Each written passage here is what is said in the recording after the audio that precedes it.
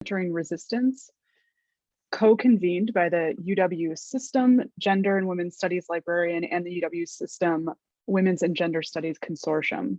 For this session, we are utilizing CART, or Communication Access Real-Time Translation Services, from the McBurney Disability Resource Center. CART captions are live streaming directly in Zoom and through stream text at the link in the chat box. If you have trouble or any technical support needs, please raise your hand and we will private message you. If you have a question for one of the presenters, please ask it in the Q&A section. Okay, so hello. Thank you all for being here today. I'm LaCrista Greco. My pronouns are she, her, and I am the Operations Program Associate for the Office of the Gender and Women's Studies Librarian for the UW System.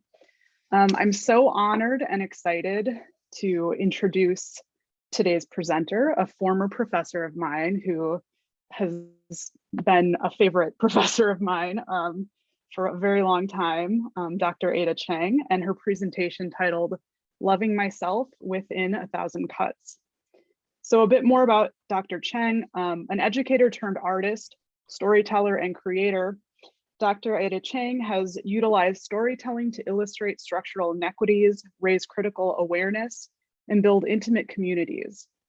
Committed to amplifying and uplifting marginalized voices, she has created numerous storytelling platforms for BIPOC and LGBTQIA community members to tell difficult and vulnerable stories.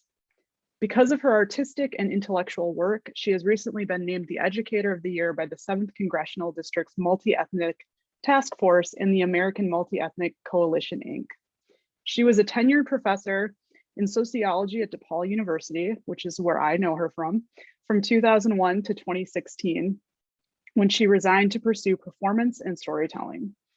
In 2019, she delivered Not Quite, Navigating Citizenship and Belonging as the keynote for Women and Girls in Georgia conference. In 2021, she delivered keynotes for Chicago Cultural Alliance's Activating Heritage Conference, AAPI Heritage Month at Dominican University, AAPI Heritage Month at Environmental Protection Agency, and Immigrants in Our Midst Conference. Dr. Cheng has worked with numerous community organizations, including Chinese American Museum of Chicago, National Cambodian Heritage Museum, Japanese American Service Committee, I2I, Invisible to Invincible, Asian Pacific Islander Pride of Chicago, and Center on Halsted. Her collaborative projects with the National Cambodian Heritage Museum have received Asian Giving Circle grants 3 years in a row since 2019. Dr. Cheng has been a speaker for Illinois Humanities Speakers Bureau since 2019. She is also an adjunct faculty at Dominican University. Her interests encompass academia, storytelling, performance, and advocacy. In today's storytelling performance, Dr. Cheng will weave various stories to highlight the intricate impact of microaggression, gender-based violence, and anti-Asian racism. She will use these stories to demonstrate how these spheres of violence collectively shape our self-identity and our state of well-being. This performance will be about 30-35 minutes, followed by a 15-minute about Q&A. Dr. Cheng, please begin when you would like. Oh, thank you so much. Oh, LaCrista, you're gonna make me cry. This is what happened when you left the academia and you started to get very emotional, and then you shed all the tears that you should have shed in academia. Oh, thank you so much for including me. So my name is Ada Chen, and since 2016, I have been using storytelling to engage sociological analysis. I'm a trained sociologist. And so what is going to happen is that I'm going to have you treat this as a solo performance. I'm going to read 3 pieces of my work. And then we're going to have a conversation in the end. And I will explain the context within which each story was written. And then how I use the personal narrative to engage and respond to urgent social issues of our time. The first piece And so I welcome you to join me for this journey. Let's think about intellectual issues, and hopefully it's an emotional journey for you as well. And I want you to think about how powerful storytelling can be, how we can integrate that into the academic spaces, and also the urgent social issues of our time from my own personal stories. The first piece was written in late 2019, and it's entitled, Dear White Woman. Dear white woman, I regretted saying nothing to you. So I'm writing this letter. It was a good day, that first Friday in October 2019, sunny and cool. It was around 2 p.m. I just finished presenting my gender-based violence workshop at a medical school at UIC. I had started this new position with the university in July 2019. This workshop was the first major one I had to conduct with this new position. I was happy because I thought everything went well, so well that the student organizers told me that they wanted me back in spring.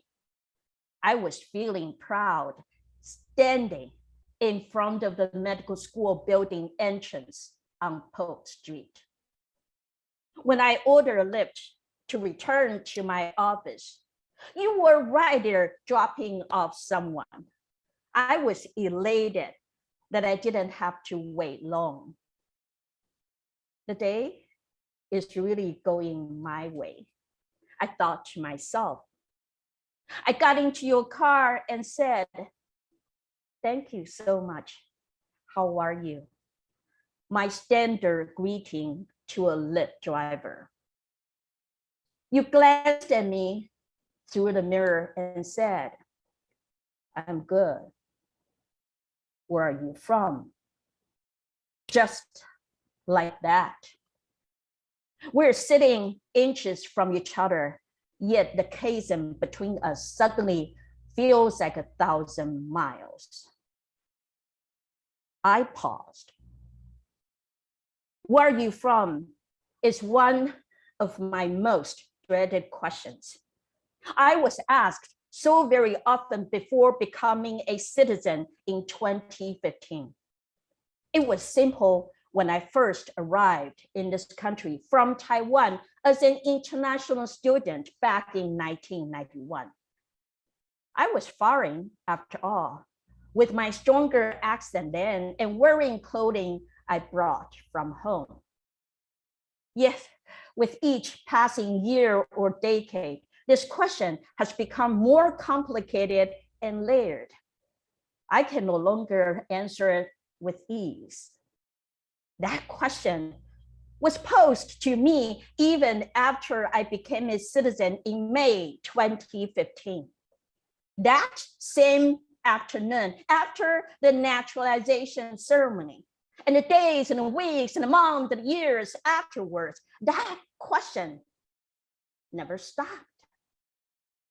Why would I have expected anything different? The certificate of naturalization, that piece of paper certifying my citizenship status, didn't change anyone's perception of me as someone from somewhere else.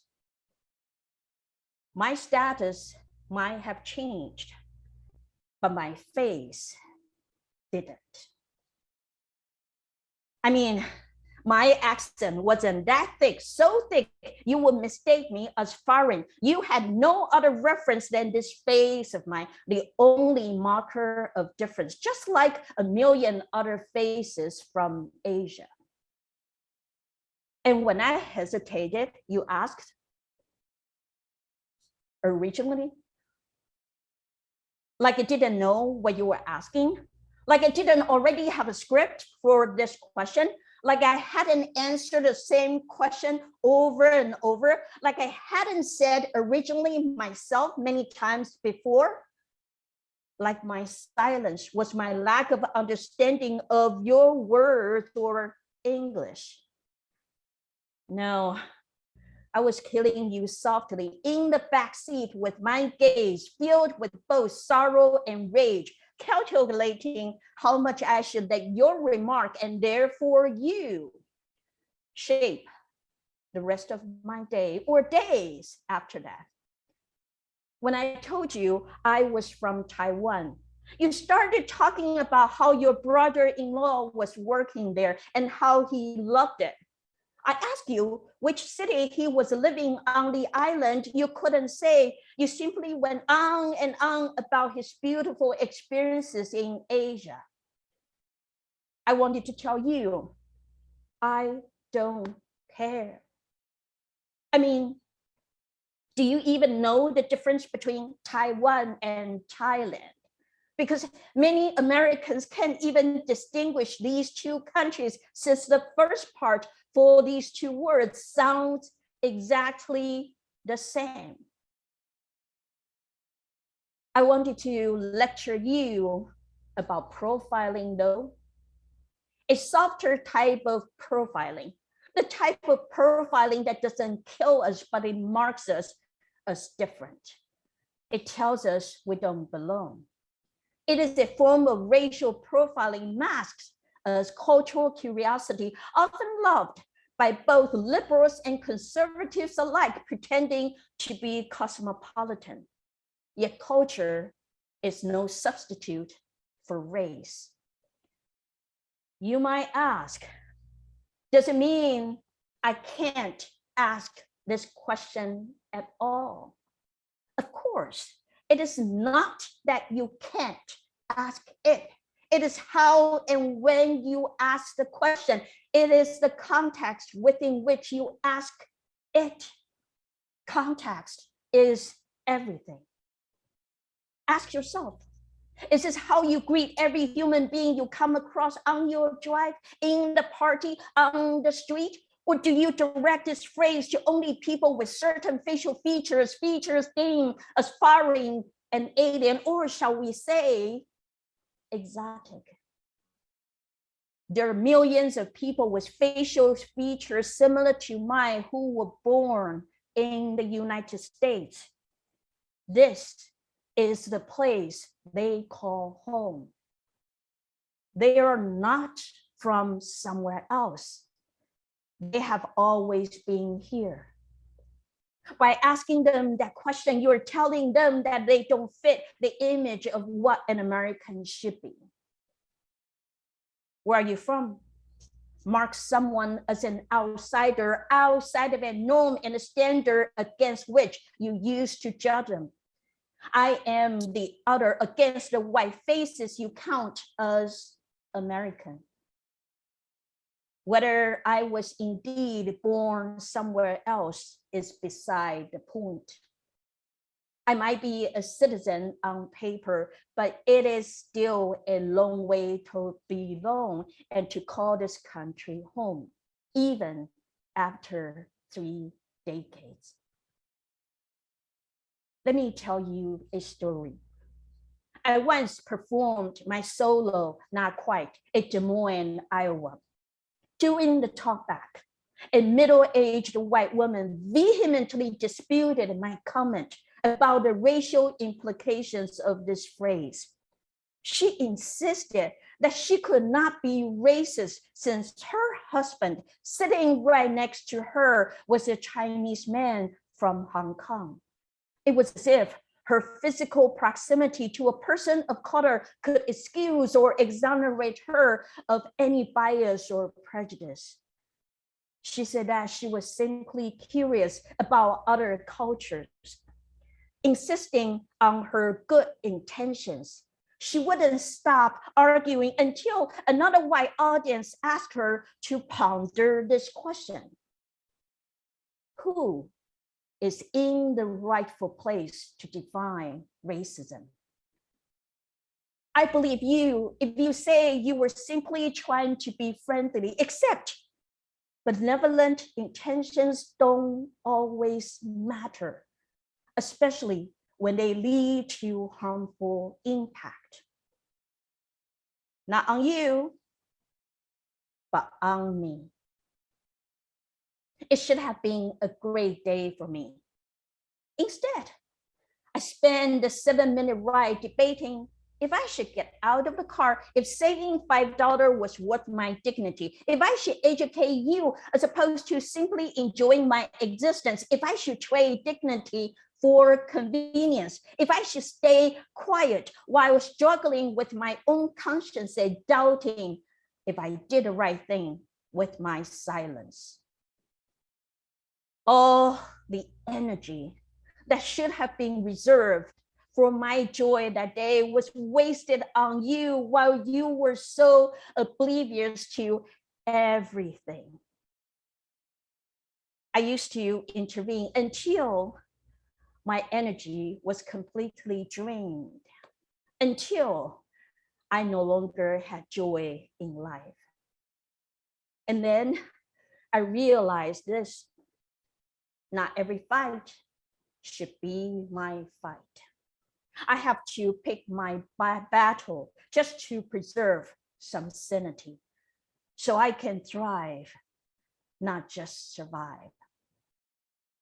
So I sat in the back seat and decided that I would write you a letter entitled, "Dear White Woman, I consider this piece your compensation for my short ride with you. Best, if not the best, Ada." Thank you. So this is the first piece, the letter I wrote to the Lyft driver.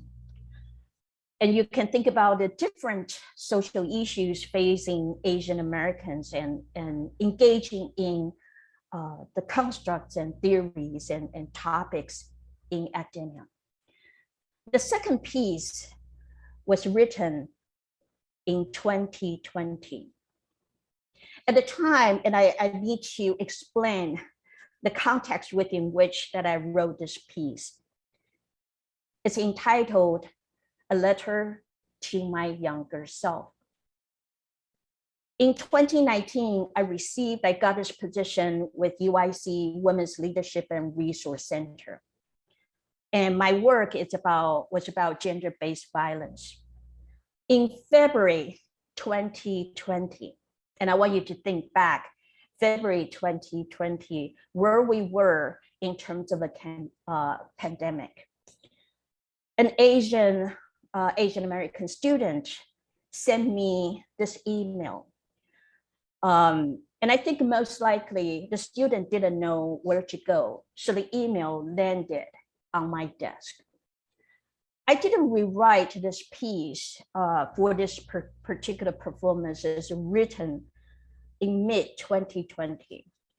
Because at the time when I wrote it, or even when I responded to students, I knew I didn't need to wait for 2 years of the intensification of anti-Asian racism to know what was to come for the next 2 years. So I'm going to read this piece, which is written in a series of email exchanges between myself and the student.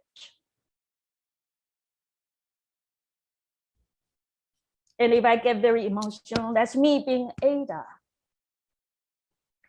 Dear university staff, hello. I want to report an insulting incident that happened to us today. My friends and I were at this building trying to grab some coffee. We were waiting in line, and finally, when it was our turn to order, we stepped forward. During that short time, we heard an absurd racist joke that people at the cashier made, saying, "Watch out for the coronavirus." As everyone knows, the coronavirus is a global issue that has taken away more than 500 innocent lives. Treating us as that virus is both humiliating and insulting to the people who are suffering and fighting for that contagious disease. It is very unfortunate that this occurred during the Black History Month, the month that we all believe that no one should be discriminated by the color of their skin. I hope you examine this issue. We sincerely want an apology for this inconvenience. Sincerely, student. Dear student, thank you for the message. I'm very sorry this happened to you. I would like to meet in person to discuss the situation further. Let me know when you can stop by. Ada. Dear Ada, thank you for your kindness. We were all furious about the incident. However, after knowing that there are people who actually care for minorities like us, it gives us pride knowing that we chose to come to the school. Again, thank you for offering us the option to deal with this matter. But we have decided not to make a scene. Student. Dear student, I don't think you will ever read this message. I do hope at some point you will tell the story on your own. I haven't been able to sleep for days since I received your email. That last sentence, we have decided not to make a scene, hit me hard. That sentence has filled me with sadness. It feels like someone has driven a knife slowly into my heart. I'm not going to die from it, but my heart aches and bleeds with each gentle cut and push. Your message was the first complaint I received, but it was not the first one I have heard. Since the outbreak of the coronavirus, we have seen an increase of hatred toward Chinese people, people of Asian descent, or Asian Americans in general. Physical assaults have taken place, racial slurs hurled, suspicious looks cast, masks put on, specifically when Asian people are present. Otherwise, socially conscious people making jokes and references about the virus and Chinese people. Businesses in Chinatown plummeted due to misinformation, xenophobia, and racism. In a world where racism is often seen between Black and white, discrimination, prejudice, racism, and xenophobia toward and against Asians are often taken for granted and normalized, that even UC Berkeley briefly posted something online along the line. Xenophobia is a normal response after the outbreak. Our own president insisted on calling the virus Chinese or Wuhan virus, knowing fully well that the pandemic will bring out pre-existing hatred, xenophobic sentiments, and racist assaults against people of Asian descent. Different universities sent warning emails to students about the virus, yet very few made public statements about denouncing anti-Asian racism. We don't label any germ, disease, illness, or virus white when they wiped out Native American tribes. Why do we label Corona Asian?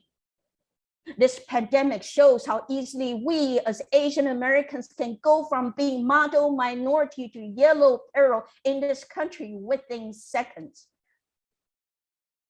But what I want to write here is not about the virus. It is about that last sentence of yours. We have decided not to make a scene. I truly see you because you remind me of my younger self.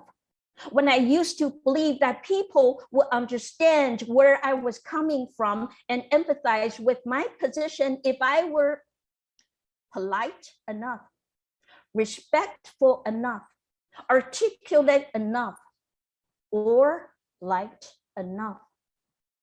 And then it dawned on me one day, my degree of politeness, respectfulness, or likability has little to do with whether people can grasp the complexity of issues.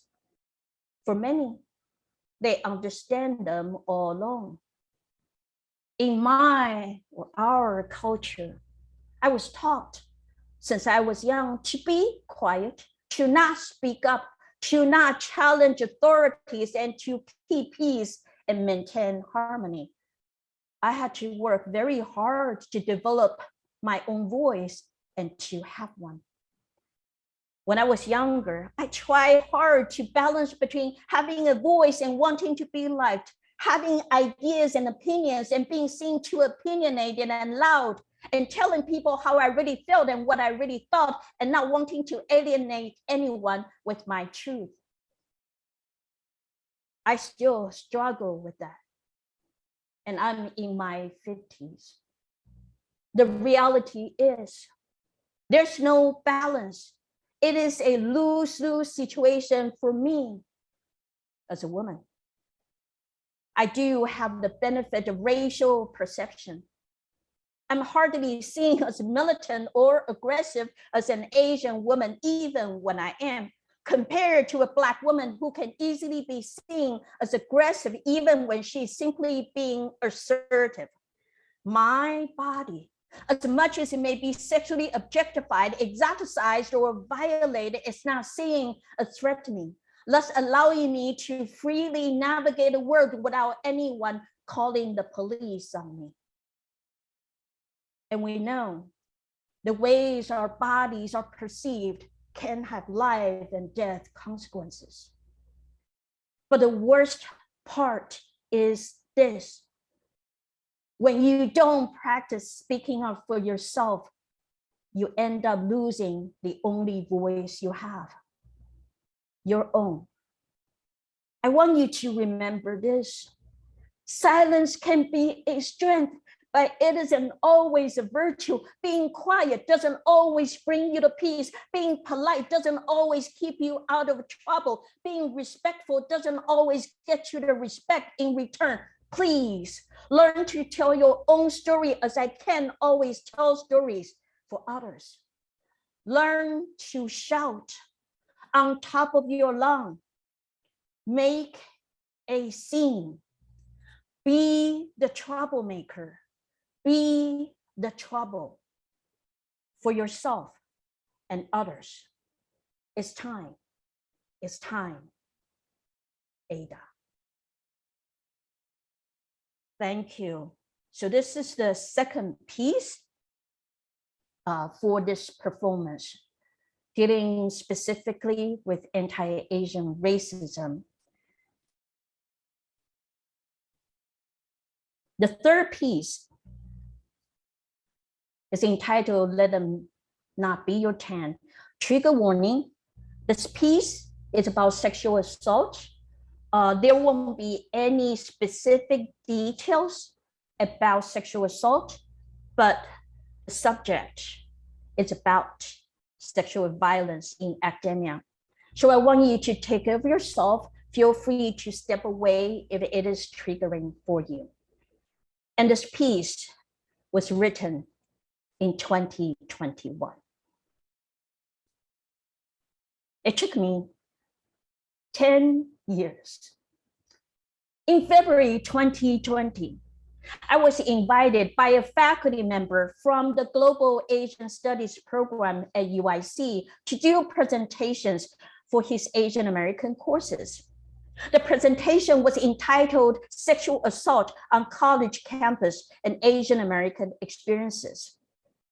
This presentation was different for me for at least 2 reasons.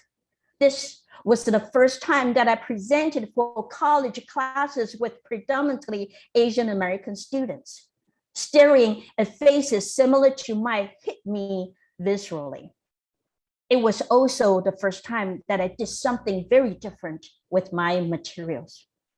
I started my talk with the following major topics: the American colonization in Asia, her military and political intervention in the Asian region, and the United States' racist and imperialist legacy in Asia. The constructed images of Asian women as docile, submissive, exotic, sensual, and sexually willing, and the sexual fetishization of Asian American women. The historical, symbolic, and cultural emasculation and desexualization of Asian American men. The necessity to center race in sexual assault discourse. Why is race, or why are racialized images central to our understanding of sexual assault? If you are perceived to be submissive, docile, sensual, exotic, and fetishized, is it possible that your rejections, even if they're firm, can be disregarded over and over? Is it possible that if you're perceived to be sexually willing and available, your rejections, even if they're clear and persistent, can be fantasized in a twisted way to mean affirmations? Immediately after the class, a student approached me and said, "Thank you for your presentation. I really appreciate the way you approach this topic. You made this material relevant to me and my experiences." I knew what she meant. She didn't mean that my presentation was relevant to her as a woman. She meant it was relevant to her as an Asian woman in this country. Her remark shook me to my core, not only in terms of how I should do training on gender-based violence in the future, but also how I had to re-examine my own sexual assault. I had to ask myself, why did I tell the story the way I did? Why did I leave out certain details?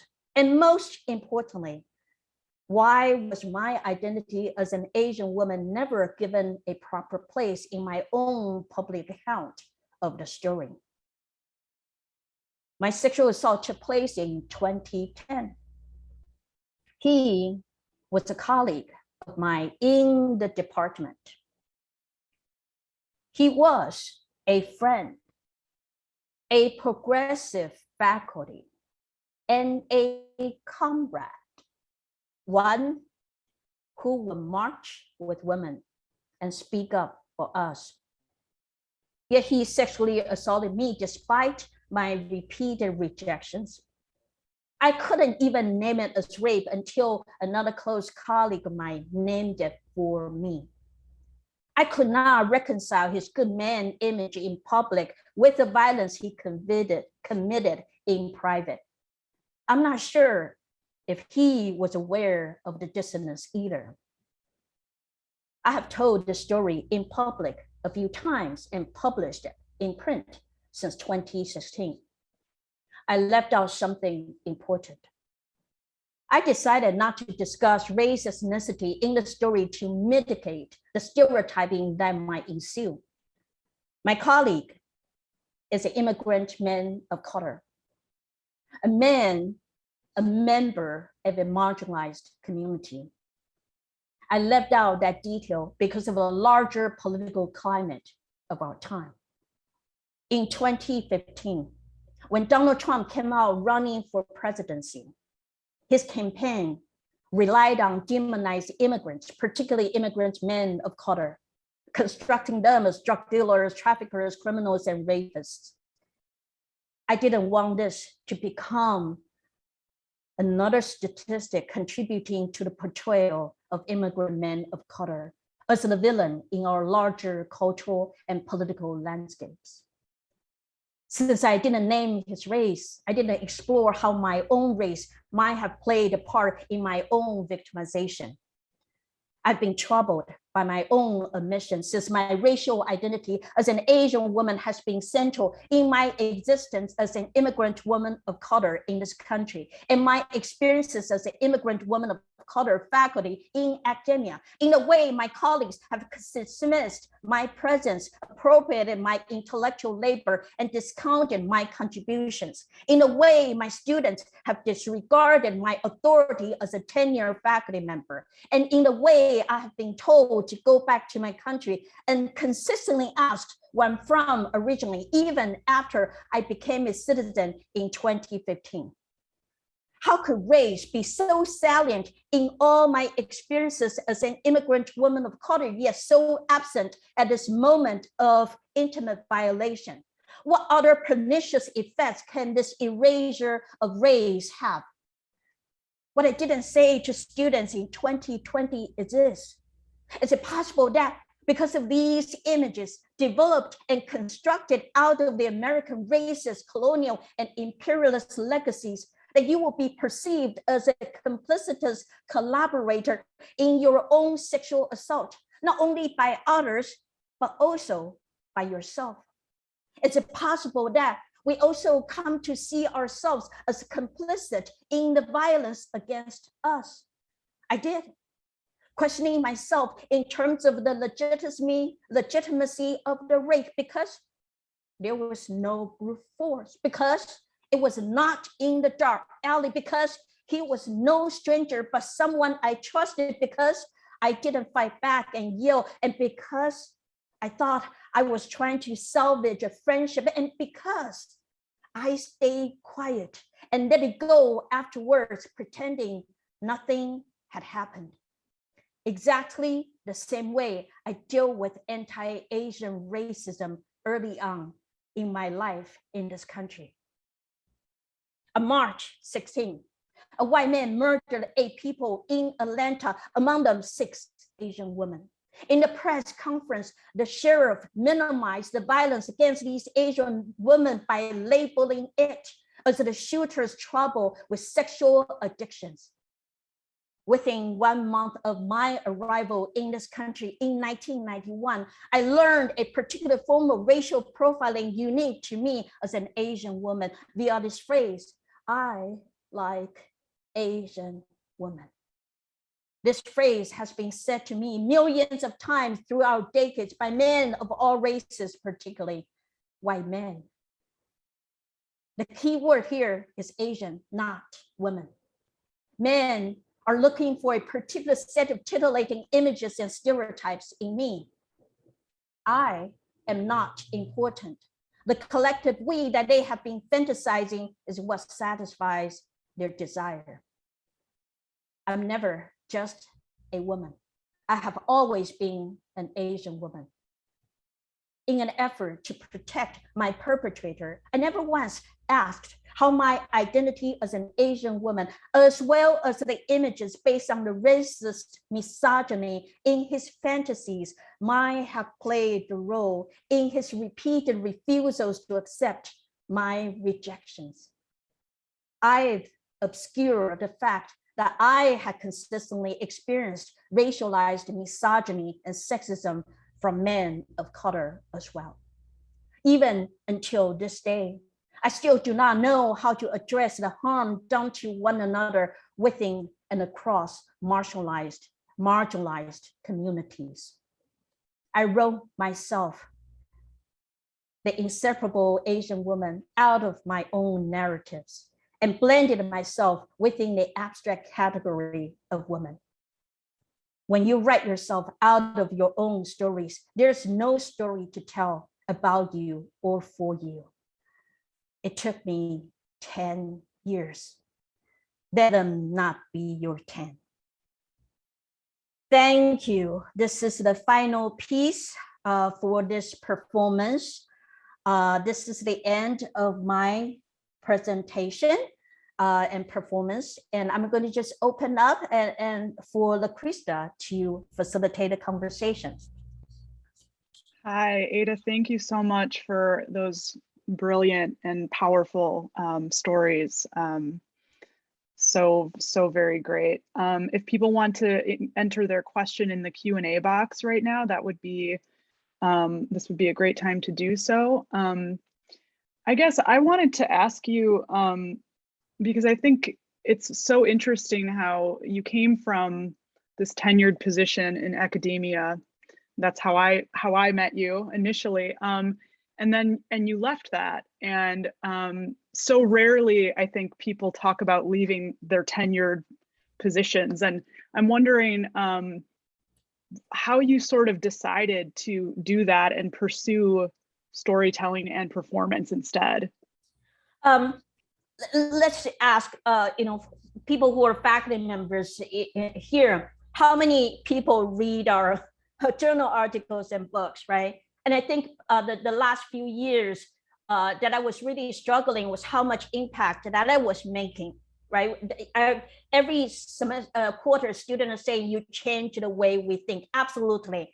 But I have a question about what's our larger impact that we can make. Oftentimes our academic discourse is so inaccessible. However, there's something that is so important.